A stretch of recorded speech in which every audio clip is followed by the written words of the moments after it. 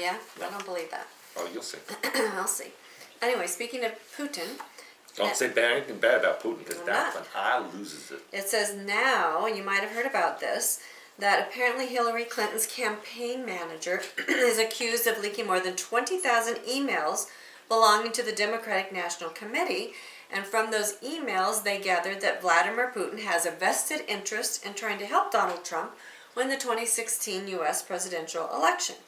And those emails also cost Debbie Wasserman Schultz her job. Oh, she was an idiot. And then she was hired, of course, by Hillary Clinton's people. Duh. There's a clue right there. Now, what's interesting is Trump made comments to the New York Times saying that he may not back NATO nations if they do not make sufficient contributions to the cause. And this would leave many countries susceptible It's okay, you can speak. to a Russian attack. The Russians not going to attack anybody. I know, but they're trying to make it appear that way. And what's interesting is Donald Trump Jr. said that it just goes to show their moral compass. They will make up anything to win. And what's interesting is, remember last week I reported, or maybe you did, on Michelle Obama's plagiarism. Now Donald Trump Jr. was reported on his plagiarism.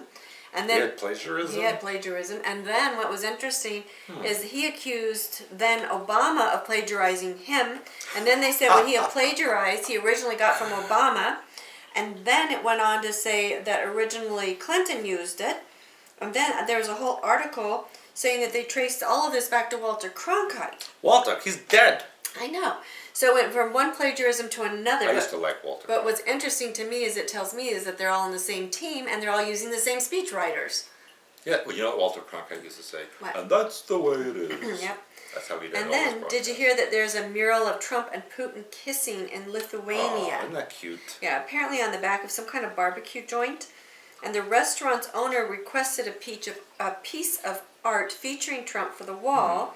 Because, listen to this restaurant apparently is situated on the NATO border with Russia. Oh. So, anyway, there's a piece that satirizes Trump and Putin by how do you say that word? Analogizing. It's not even a word. Okay.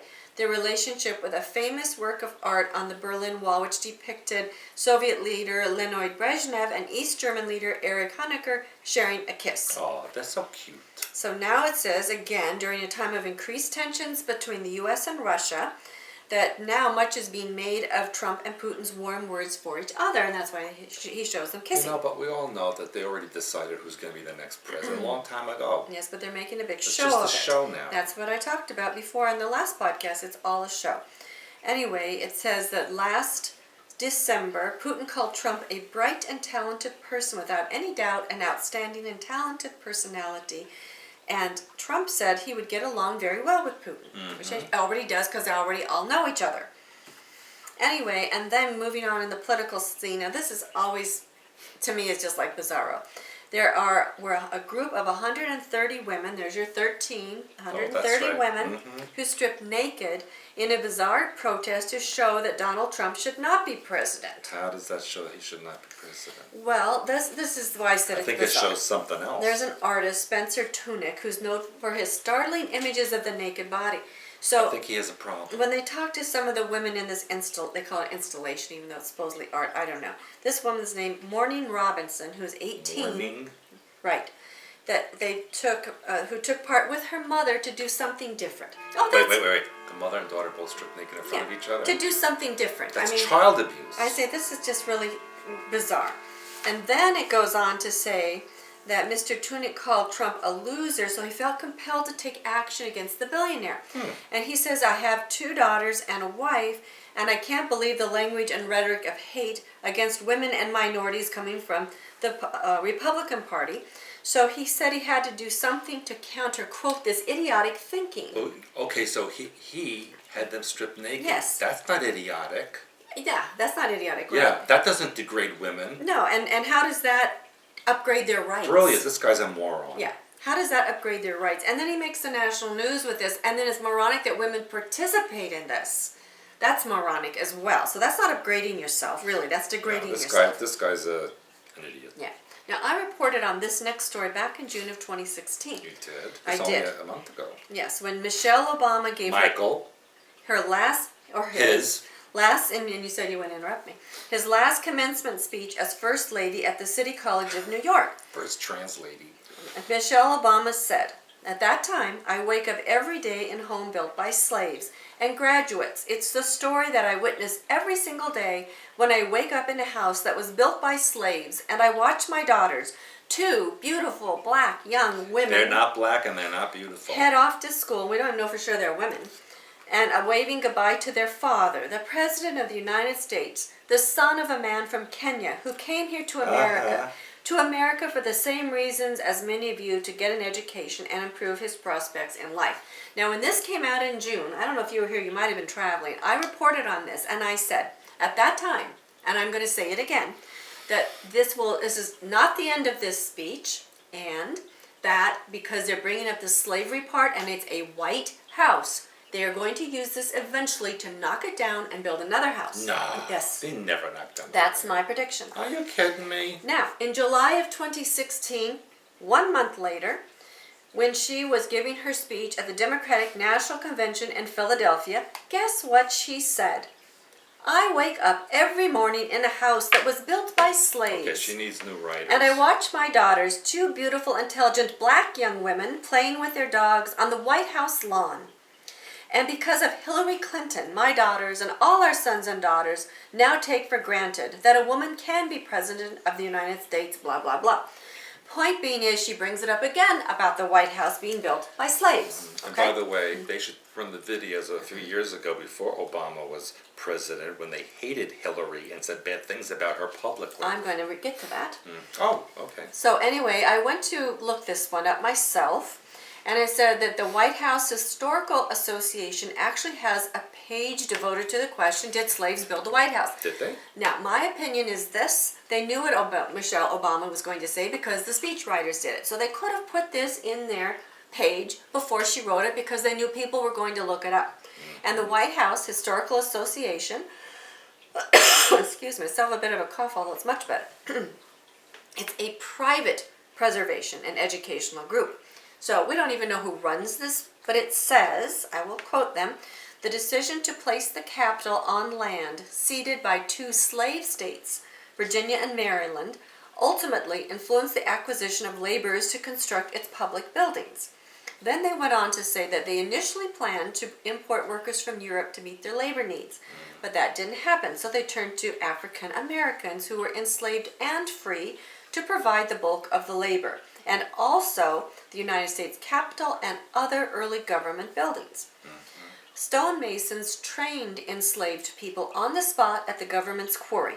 Enslaved people quarried and cut the rough stone that was later dressed and laid by Scottish masons to erect the walls of the president's house. So Scottish Masons really built it. The slaves joined a workforce that included local white laborers and artisans from Maryland and Virginia, as well as immigrants from Ireland, Scotland, and other European nations. So she made it sound like only the slaves built it. Exactly.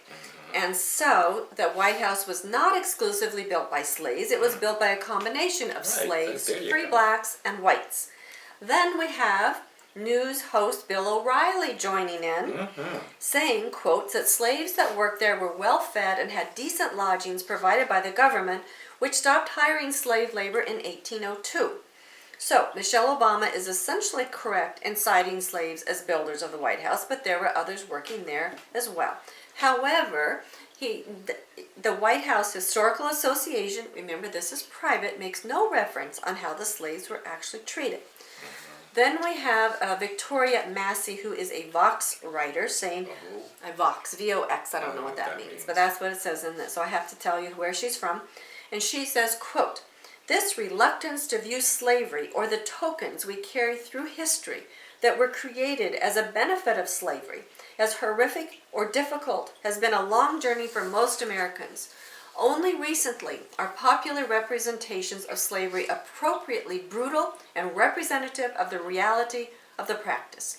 So I'm going to again say that this is now the second time Michelle Obama has brought this out, and people now are making a thing of it, and eventually they're going to say, oh, we need a new White House. We can't have a White House with black people living there and being traumatized. Exactly like what we found in South There's Carolina. not going to be another black president. It doesn't matter.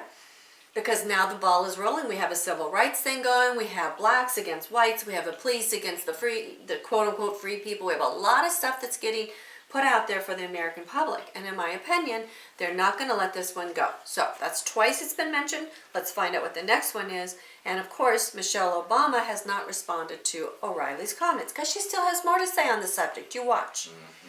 And as you had mentioned earlier, because I put this in here about how a long time ago, back in 2008, if you consider that a long time ago, Michelle Obama said about Hillary Clinton, Listen to this, if people. you are not fit to run your own house, you can't run the White House.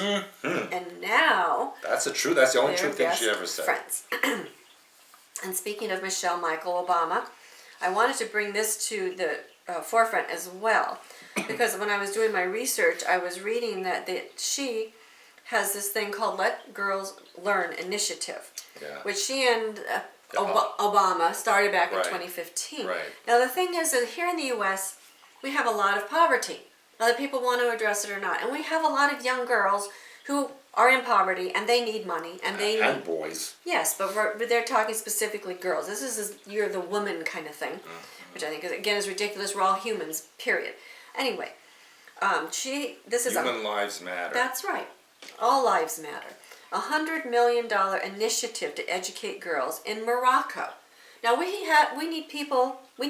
our own people here educated. So why are we giving $100 million to Morocco? Let's raise the money for the U.S. and make that strong. I think one of their children was adopted from Morocco. That's probably true. And that might have been part of why they gave the child up, so they can learn, or and they have to give back. Apparently, $400,000 from the U.S. Agency for International Development, that's from the U.S., from your tax money, will help build new female dormitories to house girls living in rural communities who would otherwise be forced to forego an education. Well, you know what? They're taking these girls from their families, they're splitting up the families, and they're instigating mind-controlled education on these girls and breaking up their culture. That's the way I feel about it. Yeah, what about the girls in New York and Los Angeles and Chicago and place else that have no money and can't go to school and have no food? How about them? That's right. Why don't they take care of them? Why don't they give them a place to live and food? Right. And we don't need to go spend this money somewhere else. Spend it here. Morocco could get billions of dollars from Saudi Arabia and other Arab countries. They don't need our money. These are our tax dollars, and we need to feed our people and make our nation strong. It's just a big Make America scam. great. It's a big scam. That's right. Now, I gave a podcast while you were away in Europe last time about the numbers 84 and 48. And what was interesting to me is after that, then on Facebook, if those of you who read my page, there was somebody else who talked all about this gematria thing on 48 and 84. So I found another article, actually two more articles that I'm going to give to you. But they're still carrying this 84-48 thing. This theme is continuing throughout this year. What does it stand for? Well, that I don't know, but I know that we have to watch those numbers. Remember the flight 408 that went down? Yeah. Or 804, whatever it was. And then I'm going to look it up. Then there was Morley Safer, who was 84, and he retired at 48 years. It went on and on and on. So watch for my old podcast if you want to find that information out. But anyway, there's a 14. This is how the article starts. There was a 14-year-old Wisconsin girl who tried to kill her brother's boyfriend, slitting her throat and telling her during the attack I saw that she was a psychopath looking for her first kill. It turned out this girl was jealous of the girlfriend, long story short. But what stood out to me, this woman, young woman, who was from New Richmond, a city of 8,400 people, about 35 miles east of Minneapolis. So 8,400, there's your 84-48, about 35 miles, 3 plus 5 is an 8. She could face up to 40 years in prison, that's your 4. And then her hearing is on August 8, another 8. So this 84-48 is out there. So if you're doing your deprogramming work, be sure you use your brown merger symbol. Maybe that means something was going to happen in August. I don't know, but the 84 and 48 has just been rampant themes. And then I found this story about Verizon is going to buy Yahoo for $4.8 billion. So there's your 48.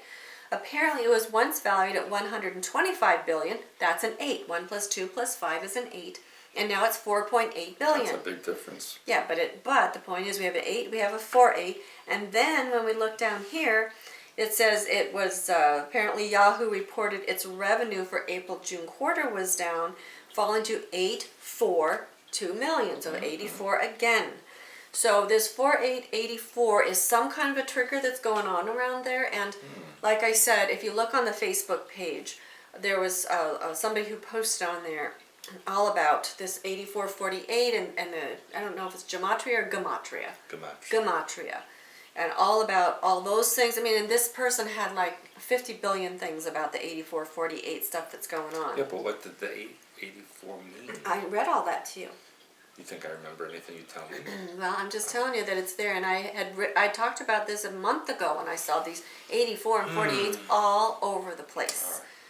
Right. Okay, then, now we've been telling you about the New Crusade. Well, this was an interesting story because I tell you how they put these things subliminally in your mind. That this was the title: the New Yorker who led a crusade to find her daughter's killer was found murdered. And so, anyway, it goes on that she helped to lead an unsuccessful crusade to capture her daughter's suspected killer, who was believed to be a serial killer, and she was killed. So the link is up there if you want to read that story. Now, moving right along, this was very interesting. We have a biblical scholar by the name of Joseph Atwell, who now says the story of Jesus Christ was a hoax designed to control people. He says Christianity is a baseless religion designed by the Roman Empire to justify slavery and pacify the citizens. Yes. He said it may be considered a religion, but was actually developed and used as a system of mind control to produce slaves that believed God decreed their slavery. And that was St. Paul, who worked for the Roman government. Now, this is things that you've been talking about. You've been talking a lot about the warrior Messiah. It says that Jewish sects in Palestine were actually awaiting a warrior Messiah. Yes. But it became a problem because the Roman Empire failed to deal with the problem with traditional means. So they decided to use psychological warfare, which would appear to give the citizens what they wanted, while at the same time making sure they followed the rules. Gee, where have you seen that before? Okay, maybe he read your stuff. Mr. Atwell said, they surmised that the way to stop the spread of zealous Jewish missionary activity was to create a competing belief system. That's when the peaceful Messiah story was invented, because instead of warfare, the Messiah then urged to turn the other cheek and encourage Jews to give unto Caesar and pay their taxes, right, without complaining. Yes. So, therefore, it says, although Christianity can be a comfort to some, it can also be very damaging and repressive, an insidious form of mind control that has led to the blind acceptance of serfdom, poverty, and war throughout history. Mr. Atwell is very smart. He says, especially in the U.S., it is used to create support for war in the Middle East. And he says that Jesus is the only fictional character in literature whose entire life story can be traced to other sources. It came from Samaria. He doesn't go as deep as you do, I think, because he says, he compares the Testament to the War of the Jews by Josephus, the sole surviving account of the first century Judea, and finds the two parallels uncanny. He claims that the sequence of events and locations of Jesus' ministry are more or less the same as the sequence of events and locations of the military campaign of Titus Flavius as described by Josephus. He said it's clearly a deliberately constructed pattern. Yes, I'm going to explain all of this next month. Yes, so I thought you'd find this interesting, that he obviously supports your work. And then, this was also interesting to me because experts are now saying that hidden in Leonardo da Vinci's Last Supper, they're now claiming that because he portrayed Jesus and his disciples without a halo, he's basically telling you that they were common men. That's true. And he said every other depiction, because that's the only depiction we ever see, really, is Leonardo da Vinci's. But there are many other depictions of the Last Supper. Okay, and then next, this I found interesting because there were bloody leaves from King Albert's deadly fall are authentic. Now, King Albert died at the age of 58. Let's see, and he died February 17th, 1934, when he was climbing alone. So there was all kinds of conspiracy saying, was he killed or, I believe he was killed. But anyway. They said he wasn't? They claim that this proves he wasn't. But the point here is that they're now having DNA evidence of his blood, so maybe they're going to clone this guy. Why? Well, why aren't they going to clone anybody? But we're going to find out, probably. So I thought that was interesting. The clones are us? Maybe. And then more evidence of mind control. It's drones that fly using mind control. Apparently, the U.S. military, now they're claiming, has had this capability for a while. I think I mentioned that a few years ago. And now, well, only 2 years ago was, according to this, in 2014, they were given money from DARPA to build mind-controlled drones. And now at the Arizona State University, they claim they've been working with the Army, U.S. Army, for 2 years. They put a skull cap on the controller, attach 128 electrodes, and wire it to a computer.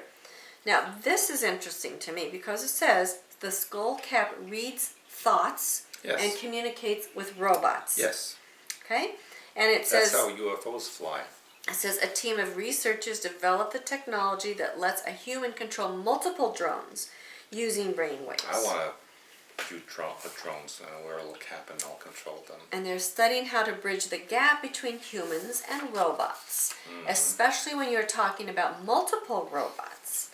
And it says, again, it goes on to talk about the system works using one controller who watches the drones while his thoughts are read using a computer. And I think that's a really significant thing that they're telling us. I reported a few years ago about an implant in your brain that can make your oven turn on, you know, work things in your kitchen, and things like that. It's the same thing. Yeah. But now, again, they're telling us about the military use, and it says recent trends in robotics and space exploration have been toward building cheap machines instead of one expensive one, and then that way if you lose half of them, it's not so important. Well, that makes more sense, obviously. The next step for the research is to test multiple people controlling multiple robots. So, moving forward, more mind control. They're telling you about this all the time. Yes. So, and then I picked up these last couple stories, which were actually sent to me by a couple of my Facebook readers, and I debated but so many people were sending it in, I thought, well, I better report on it. That Facebook has a lot of strange people. Yeah, but they're all saying, okay, they want me to talk about it, so I'm going to talk about it. They want you to talk. They want me to talk about it. So I get a lot of stories sent to me via Facebook, and which I appreciate because sometimes, you know, you guys see things that I don't. What do they want you to talk about?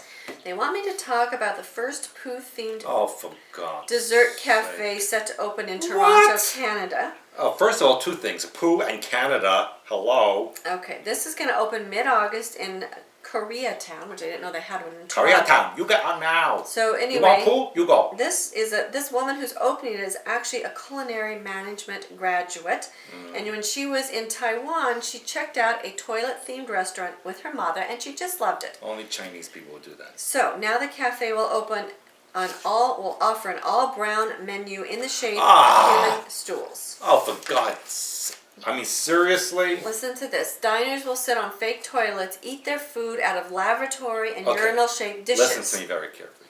Who would want to do that? Well, you're going to listen because you're going to find out. She says, this is the person who's opening it, is considered very disgusting and something you can't talk about when you're eating.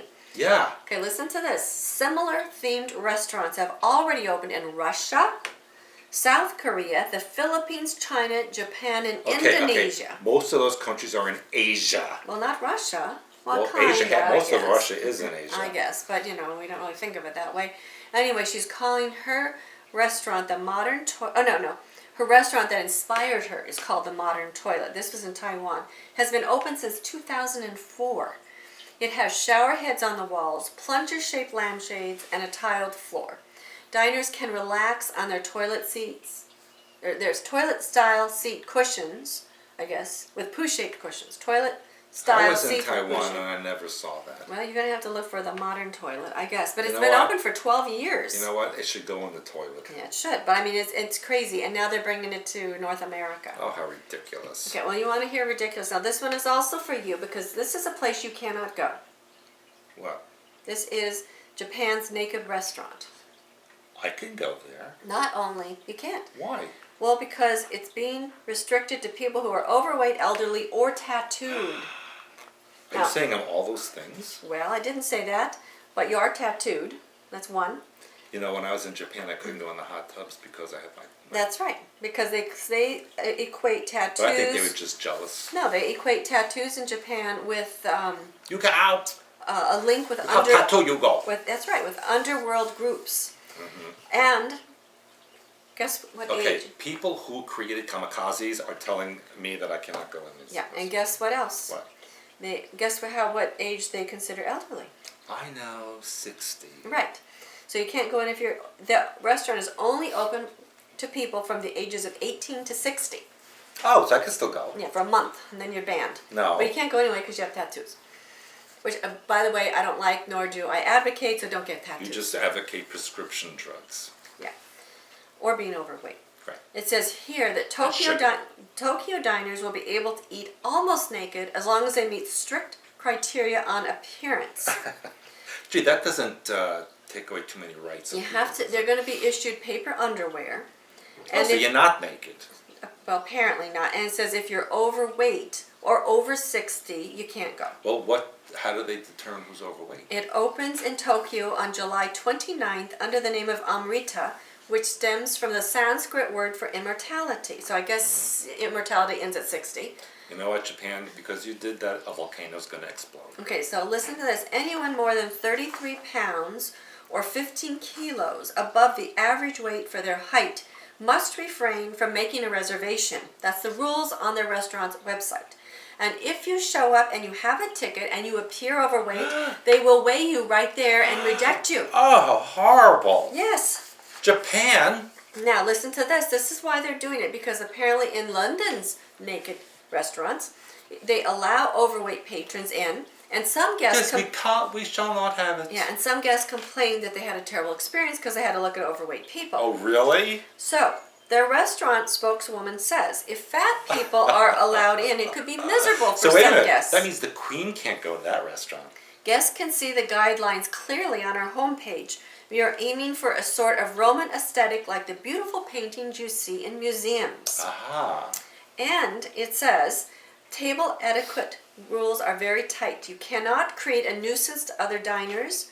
You cannot have uninvited small talk, and you cannot touch other restaurant guests. Oh, that's it. Why bother going? You have to lock your camera and mobile phones on a box on the table. And of course you have to wear your paper underwear. And it says Western waiters. I don't know why it says Western waiters, but that's what it says. Western waiters will be wearing G-strings as they perform a stage show for the diner. So maybe if you're not a Western waiter, maybe you don't have to wear a G-string. Maybe I could be a waiter. And listen to this. I did report on the naked dining that was opening in London a couple weeks ago. Mm-hmm. They have a waiting list, according to this, of 44,200 people. Wow. And I hope they're all fat. And it said, well, apparently it's creating And trauma. old. It's creating trauma, so they have to. So why don't they change just the call rules. it the Valley Girl restaurant? Okay. Yeah. It's like you have to be like beautiful or something. Yeah. So anyway, I just thought you'd be interested to know that if you go to It's Japan, the Valley Girl restaurant. you're elderly and you cannot go to this restaurant. It's like, oh my God, like Plus she has you like have no makeup tattoos. on. And I don't know if you would be allowed in the naked one in London or not, because we don't want to traumatize Well, any I of the guests think I have a better chance from in your London. age. Well, I don't know, because if you're elderly, I am not elderly. according to this, you're elderly. People am I elderly? You're elderly. So therefore, you can't go maybe because you're going to traumatize guests in the London naked You know restaurant. what? I will stand outside the frickin' window naked and traumatize them. Yeah, and shake it. I will shake all my parts. There you go. What my mama gave me. And what other people gave me too. Mm-mm-mm. Yeah, show off your tattoos, which, That's right. again, I don't advocate them. Anyway, go ahead. Your turn. I'm done. Nothing more. I'm speechless. Oh, that's right. What can you say after that? Right? Well, I tell you what. What? Just to spite them all, Yeah. for the September Spectacular, Yeah. we will have naked lunchtime. Yeah. For elderly people and No, tattooed. for everybody. Fat, wrinkled, gravity sagging things. You can come. You're not going to weigh them? I'm not going to look at them. Well, then what's the point? No. We can issue big paper sheets for you to wear. Not just No. paper underwear. Naked. Butt ass naked. That's But what they're if we gonna put sheets? Like they could wear tablecloths or something. We could give them paper be. tablecloths. You can go right ahead, but I'm not doing that. But I will tell But- you, in the September Spectacular, Yeah. I'm going to reveal about the Catholics, Vatican, Sumer, Israel, U.S., EU, you name it. And I will tell you, Well, don't forget about the aliens and that that is going to say, I'm going to tell you and all the alien that stuff. New things. I mean, brand new, like every day I'm getting new stuff. So it's going to be quite amazing. And then after that, like 2 days after that, I will be going to Italy, where I will be speaking in Milan. Milano. Pescara. And that's it. Then And, I'm driving to Rome after I that. think there's one more place, but we're getting that. Oh, maybe secured. Bologna, because it's full of Bologna. Yeah, but there was another place too. It's don't maybe remember. San Marino. I don't remember. I don't. Anyway, Belgium. After that, Holland, Germany. A quick stop off in Moscow, where I shall not be nude, and then coming back to U.S. Then in October, Transformational shift, which I reported on right in the beginning of your in broadcast. Tucson. Right, the things are going to shift. Go to the transformational shift. Stuart will be there one day only. He is not billed as a special guest, which I think Which he I should should be. That's right. And But I will, if I take my clothes off, I'll be a special guest. Yeah, we'll give you the paper underwear. I'm not wearing paper underwear. I think you should. No, I can't, because it'll just melt away from my heat. It'll evaporate. Better not, It will. or I'll have to get out my Hot. cattle castrating equipment. Ooh, don't try to get me With the excited. rubber on camera. bands. Yes, we all know how you castrated those poor animals. Yes. And so you and I discussed that quite a bit, don't we? Yes, anyway. So you keep on the paper underwear. From And you there- will not melt it off. From there, So we if you will go be going to South To America. this one, and he's standing there without his paper underwear, take photos, and trust me, when he gets home, cattle castrating equipment comes out of the drawer. And I go out of the house. After the cattle castrating equipment comes out of the drawer. But you know what? If you keep saying that, Yeah. if you get rid of me, no other man will want to be with you. Just Did let I you know- say if I Just care? let you know that. Well, maybe Michael Obama would. That's possible. Yeah, I don't think I want Michael Obama. You could wear same dresses. Her dresses would fit you, not me. Oh, you think? Yeah, you could wear her dress. I think. Or his dresses. I think I have bigger bazooms. Anyway, disrupted me. Well, you disrupted me and you said you weren't going to. And then after Tucson, I'm going to South America. Two sons? And then from Tucson, I'm going to Poland for the Exposing Truth conference that Expansions and Poland are doing in conjunction with And each there's other. going to be a lot of exposing truth there, trust me. So, Yes. you want to hear the truth, you go to Poland. Or after our September Spectacular. And then, What? And then after that, I have to go back to Italy Yes. For a big Right. conference. for a big conference on November 2nd. The conference in Poland is October 29. And then November 2nd is the big big Italian one conference. in Milano. And then after that is what? November 5, Guy Fawkes Day. And what happens then? That's when I can't go to the naked restaurant anymore. So you better go quick. And then I am still waiting for people to send in suggestions of where they would like my party to be. Yeah, and then we have January 2017. We already have people signing up for a week-long Hyperspace Oversoul extravaganza right here in St. Joseph, Michigan. Yes. So we have lots of exciting things going on. Oh, I forgot to bring the Hyperspace Helper again. you'll Hyperspace, show it next- Hyperspace Plus, this one's called. You'll show Hyperspace it Plus. next time. Yeah, they're going all over the world. If you don't have one, get one quick before they're all sold out because I'm going to have to do another reprinting soon. And we have 2 more books coming too. Well, we don't tell them till we have it. Well, We I don't- think they should know. No, There's no. 2 more books Don't coming. tell them these things. Stop it. Stop. Stop.